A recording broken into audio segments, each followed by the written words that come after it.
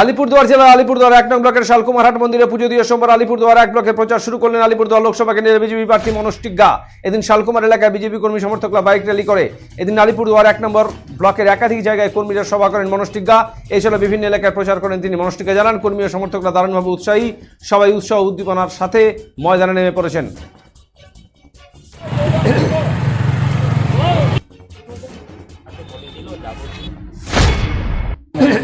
এখন আজকে আলিপুর বিধানসভার মধ্যে আমরা আলিপুর বিধানসভা আলিপুর 1 এবং আলিপুর 2 নিয়ে আছে।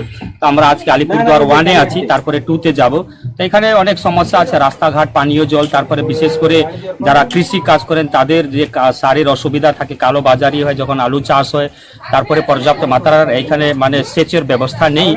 তো সেই জিনিসগুলো আমরা আগামী যেটা লোকসভা নির্বাচন আছে সেটা আমরা তুলে ধরবো, এবং আমরা যদি নিশ্চয়ই জিতবো সেটাতে সমস্যাগুলো যেটা আছে সেটা পার্লামেন্টে তুলে কিংবা যে জায়গা আছে সেই জায়গাতে গিয়ে যাতে এই সমস্যার সমাধান করতে পারবো সেদিকে সচেষ্ট হয়ে আমরা কাজ করবো।